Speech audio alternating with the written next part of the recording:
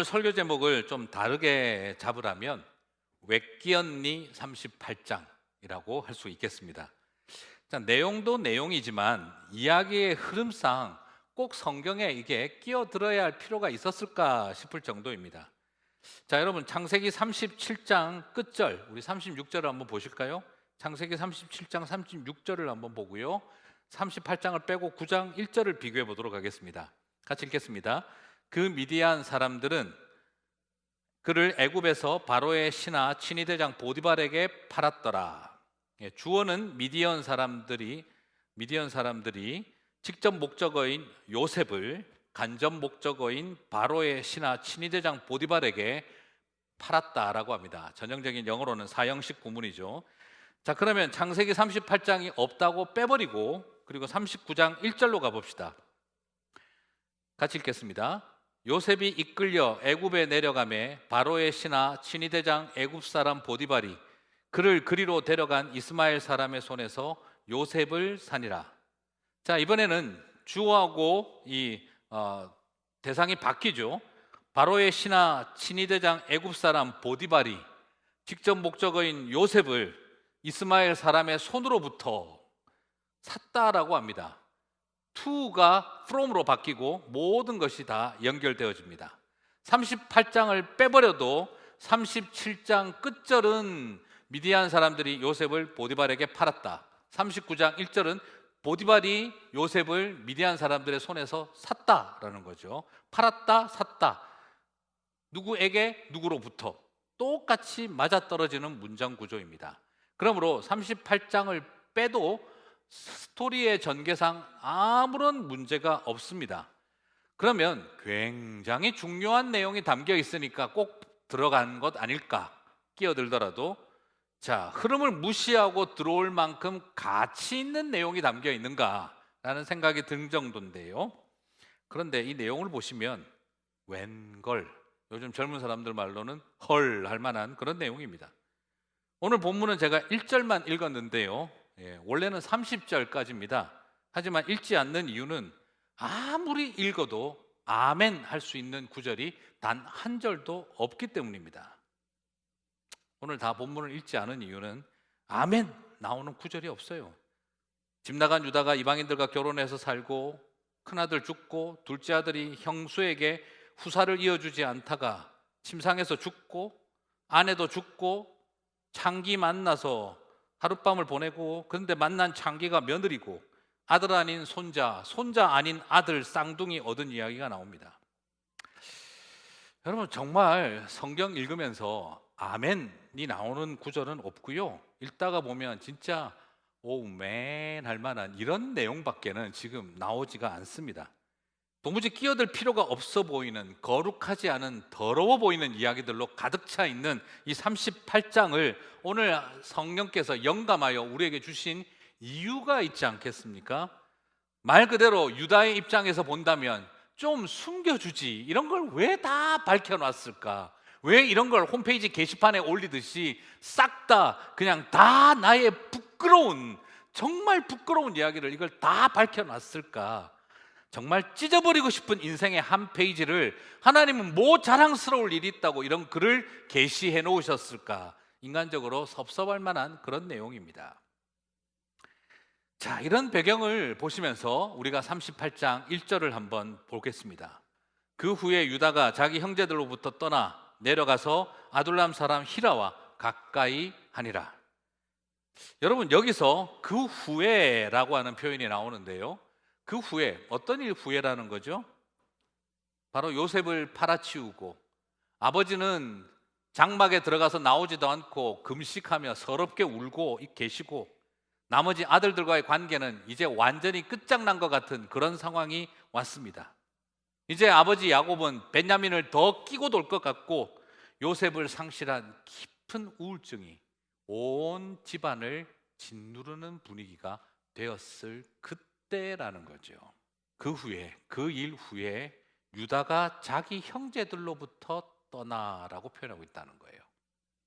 여러분, 자기 형제들로부터 떠나, 왜 이렇게 표현을 했을까요?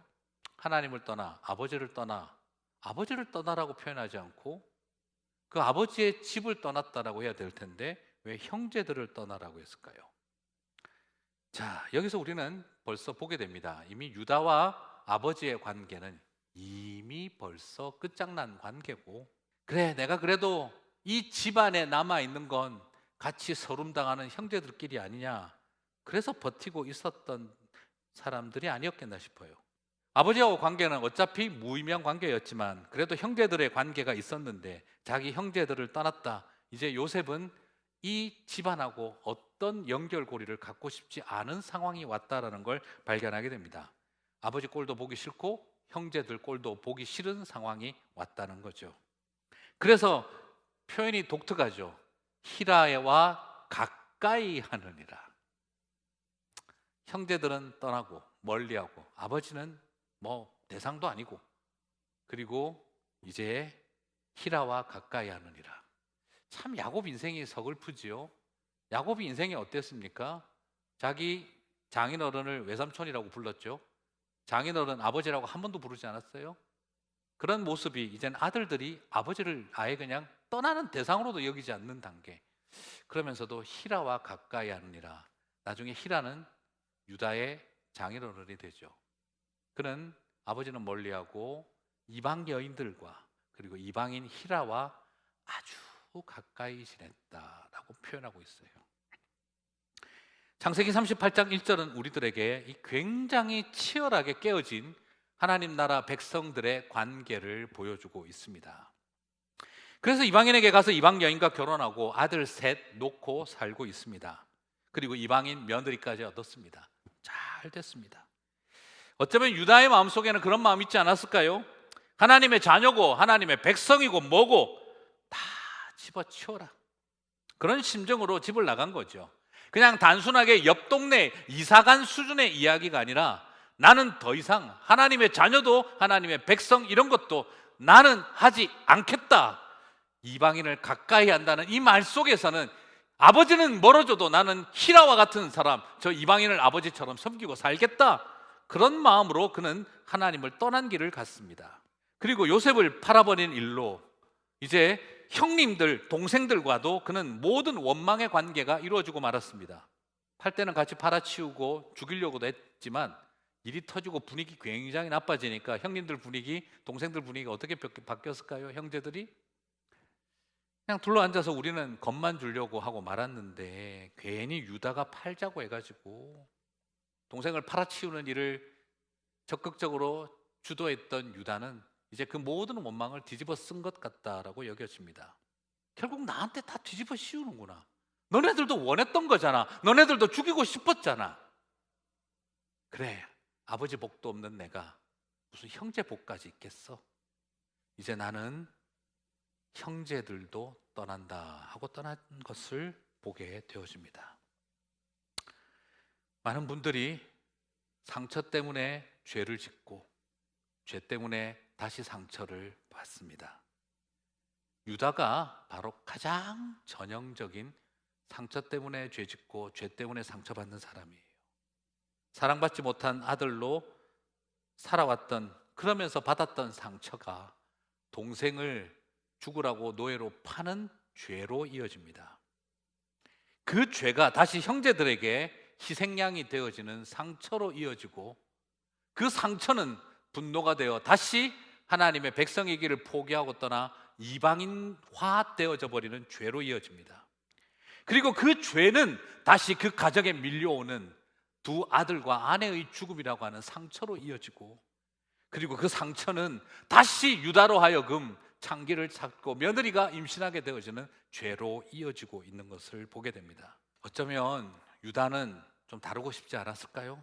그는 이렇게 처절한 죽음이 휘몰아치는 가정을 자기도 세우고 싶었던 건 아니잖아요. 오히려 어쩌면 그 마음속에 아버지한테 한번 본때 보여주고 싶지 않았겠습니까? 아버지 두고 보세요.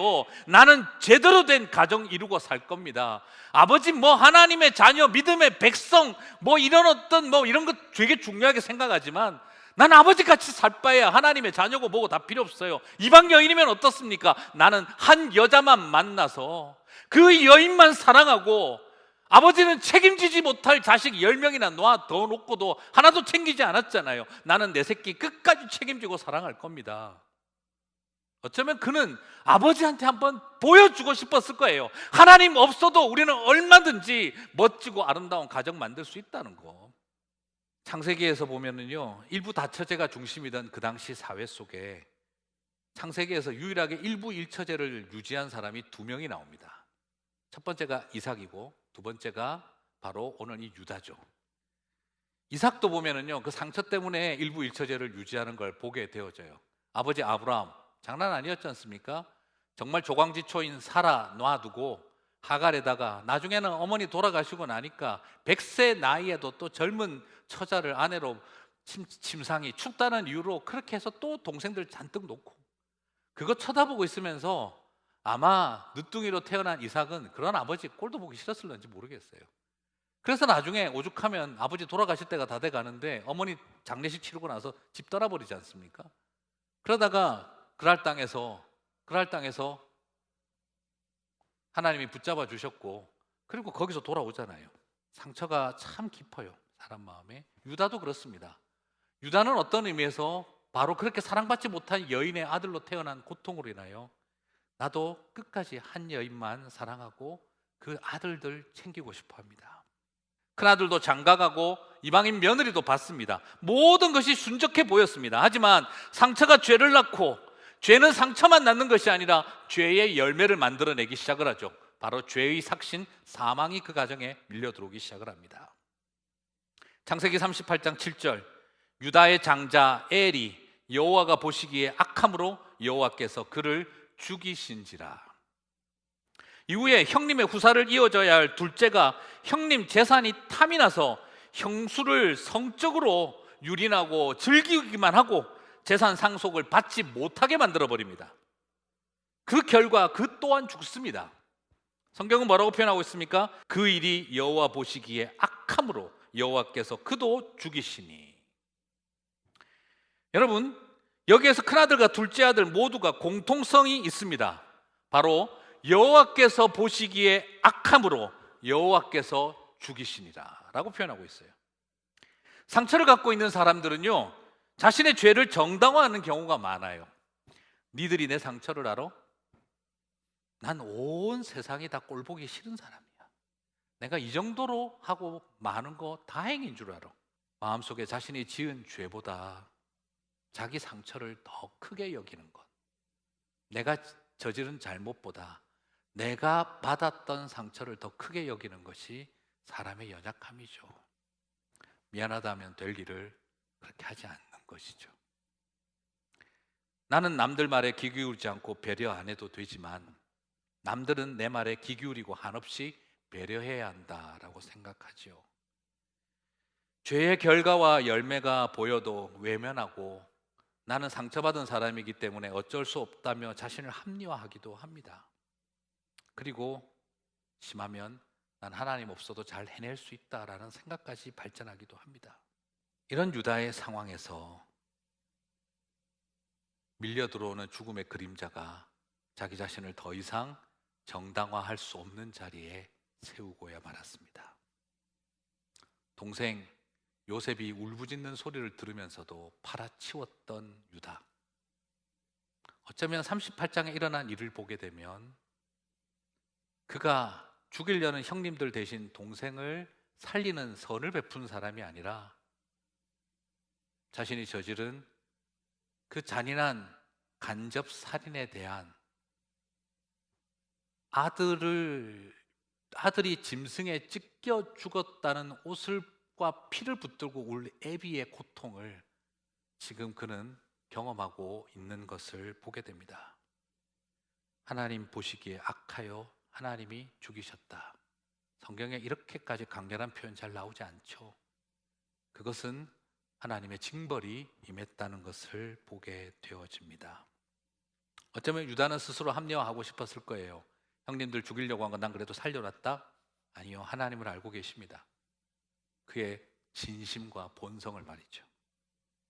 이제 자신의 삶 가운데 밀려오는 아들들의 죽음을 보면서 죄 짓고 죽어가는 아들이지만 그의 가슴 속에 평안할 수가 없는 거지요. 그는 헤어날 수 없는 고통으로 밀려 들어갑니다.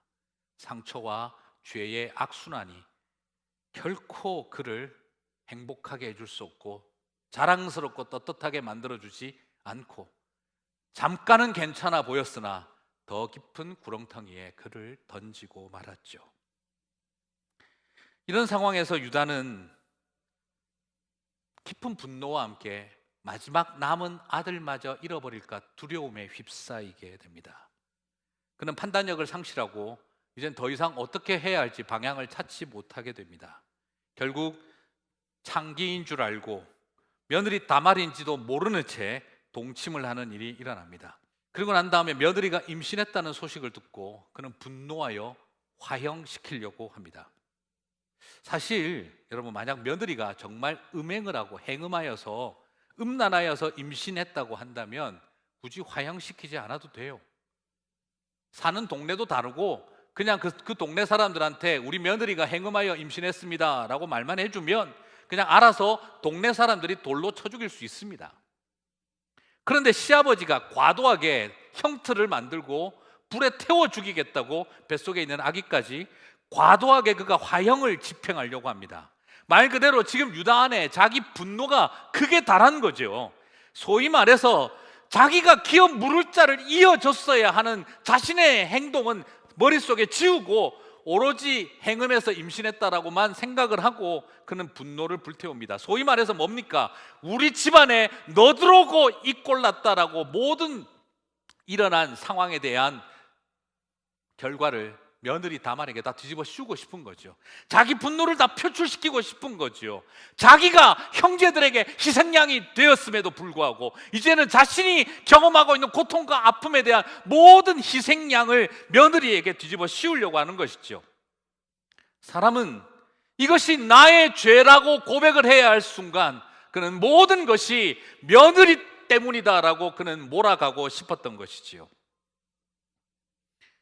유다가 하나님을 떠난 죄의 결과이지 집안에 여자 잘못 들어와서 생긴 일이 아닙니다. 자기가 하나님을 떠난 결과였던 것이죠. 자신이 동생을 죽이려고 노예로 팔았던 삶의 결과였던 거죠.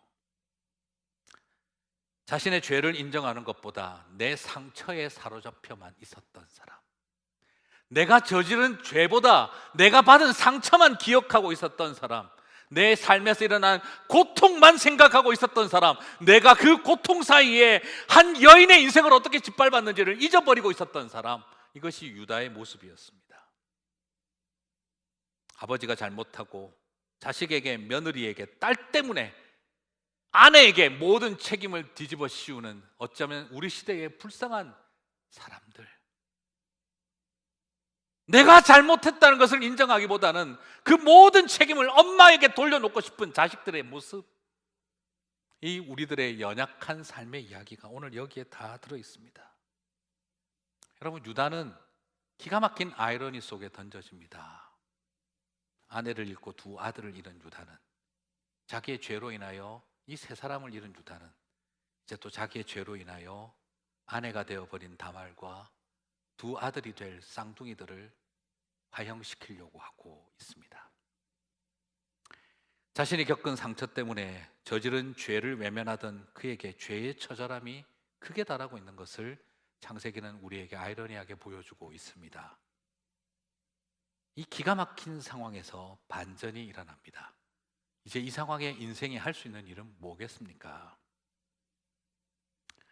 사랑하는 성도 여러분, 유다의 회개가 시작됩니다. 창세기 38장 24절에서 26절입니다. 유다가 이르되 그를 끌어내어 불사르라. 여인이 끌려갈 때에 사람을 보내어 시아버지에게 이르되 이 물건 임자로 말미암아 임신하였나이다. 청하건대 보소서. 이 도장과 그 끈과 지팡이가 누구의 것이니까 한지라. 유다가 그것들을 알아보고 이르되 그는 나보다 옳도다. 내가 그를 내 아들 셀라에게 주지 아니하였음이로다 하고 다시는 그를 가까이 하지 아니하였더라. 여기서 그는 죄를 은폐하려고 하지 않았습니다. 그 아이가 나보다 옳다.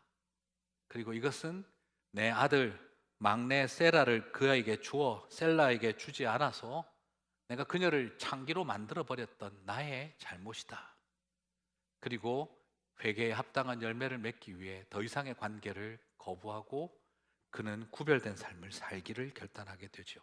그리고 이 일 이후에 그는 아버지의 집으로 돌아가게 됩니다. 하나님 앞으로 다시 돌아가게 된 것이죠. 당시 여성은 계대 결혼, 곧 형사 취수원을 하지 못하면 시아버지가 그것을 막아버리면은요, 재산 상속권이 없기 때문에 그러면 여성은 마지막 해야 하는 일을 선택해야 합니다. 그게 바로 몸을 파는 창기가 되는 것이에요. 고대 사회에서 창기가 된 사람은 아들을 낳지 못한 채 남편이 죽고 어느 누구도 계대 결혼, 형사 취수원을 해주지 않았을 때 남은 여인들이 마지막 선택하는 길이 바로 몸을 파는 일이었습니다. 무슨 말입니까? 유다는 자기 아들 막내 셀라를 지키겠다는 생각 때문에 며느리가 창기가 되는 길을 방조 내지는 그쪽으로 가도록 포스하고 있었던 것이죠. 그래서 어쩌면 다말은 시아버지 당신이 나를 이런 식으로 계속 만들어 간다면 나는 창기로서 살아갈 테니 모든 책임은 당신에게 있다 하는 도전을 한 것과 마찬가지죠. 이 상황에서 그는 며느리를 탓하는 것이 아니라 이 모든 것이 나의 죄에서 시작되었다 하는 것을 그가 공개적으로 인정한 것입니다. 사랑하는 성도 여러분, 오늘 유다는 멋지고 훌륭한 사람이었기 때문에 이스라엘의 찬송이 되고 그리고 다윗과 예수님의 족보의 시조가 된 것이 아니라 그는 바로 가장 수치스럽고 인간의 역사에서 이렇게 부끄러운 가정을 이루어 본 사람, 이 사람보다 더한 사람이 있겠습니까? 이 세상이 살아왔던 우리의 세계 역사 속에서 이렇게 지저분하고 어쩌면 어떻게 보면 너무너무 입에 올리기도 힘들 부끄러운 가정사를 가진 사람, 유다보다 더 지독한 사람 찾을 수 있겠습니까? 이 가정을 통해 하나님의 역사를 열어주셨죠. 이렇게 태어난 아기가 누굽니까? 베레스와 세라입니다. 이렇게 태어난 아이는 어떤 아이가 될까요? 여러분, 우리가 생각할 때 이렇게 태어난 아이는 어떤 아이들이 되어야 우리가 생각할 때 괜찮을 걸까요? 죄의 아들, 행음의 아들, 음란의 영, 소위 말해서 가계에 흐르는 저주의 원흉. 그런데 하나님은 이 음란의 영이 넘칠 것 같은 이 사람들의 베레스와 세라를 어떻게 사용합니까? 마태복음 1장 1절에서 3절을 보겠습니다. 같이 읽겠습니다. 아브라함과 다윗의 자손 예수 그리스도의 계보라. 아브라함과 다윗의 자손 예수 그리스도의 계보라. 아브라함이 이삭을 낳고 이삭은 야곱을 낳고 야곱은 유다와 그의 형제들을 낳고 유다는 다말에게서 베레스와 세라를 낳고 베레스는 헤스론을 낳고 헤스론은 람을 낳고 그리고 내려가서 이새에게서 다윗이 태어나고 그리고 예수님이 태어났다. 마리아에게서 예수님이 태어났다라고 합니다. 유다에게 이렇게 태어난 베레스, 그가 바로 예수 그리스도의 조상이 됩니다. 예수님의 집안의 시작이 이런 과정을 거치면서 시작되었다라는 것을 기록해둔 이유는 무엇일까요? 여러분, 무엇을 보여주고 있는 걸까요? 하나님 앞에서는요, 어떤 용서받지 못할 죄가 예수님 앞에선 없다 하는 겁니다. 솔직히 말해서 여러분, 유다 상황이라면 죽고 싶지 않겠습니까? 자살하고 싶을 딱 이야기입니다. 누가 이거 인터넷 게시판에 올려놓으면 우리 살 자신 없습니다. 하지만 온 인류가 보는 성경의 한 페이지를 차지하고 있습니다. 목사님, 누가 나에 대해서 이런 폭로를 했어요. 나 못 살 것 같아요 하는 자매가 있었을 때 창세기 38장 같이 읽어보자 그랬어요. 이 정도면 죽어야겠지. 살 수가 없겠지. 하지만 하나님은 유다를 겨우 살리신 것이 아니라 이스라엘의 찬송이 되게 하셨다라는 것이죠. 메시아의 집안은 하늘에서 떨어진 구별된 거룩한 집안이 아니라 이방인의 피와 죄와 상처와 수치 덩어리로 가득한 사람들이었지만 하나님의 은혜와 치유가 이 모든 것을 가능케 했다는 것입니다. 그러므로 죽어버리고 싶은 어떤 수치가 있든지, 그리고 남들이 알면은 어떨까 싶은 어떤 죄가 있든지, 여러분의 삶을 장악하는 어떤 절망이 있든지 결코 포기하지 마시기를 주님의 이름으로 부탁합니다. 찢어버리고 싶은 창세기 38장 같은 인생의 한 페이지가 여러분의 마음속에 숨겨져 있을 것입니다. 하지만 창세기 38장 같은 찢어버리고 싶은 인생의 한 페이지가 구속사의 한 페이지가 되게 하시는 것은 바로 우리 하나님이 하시는 일인 줄 믿습니다. 그렇습니다. 아들 둘 죽는 것 보았습니다. 하나밖에 없는 아내의 장례를 치른 유다였습니다. 나중에 집으로 돌아와서 아버지 텐트 옆에서 얼마나 미안해서 소리 죽여 울었을까요? 요셉을 죽었다고 알고 울었던 아버지의 눈물을 그는 이해하지 않았겠습니까? 자신이 한 행동이 얼마나 아버지에게 잔인한 상처였을런지 아들 죽는 거 본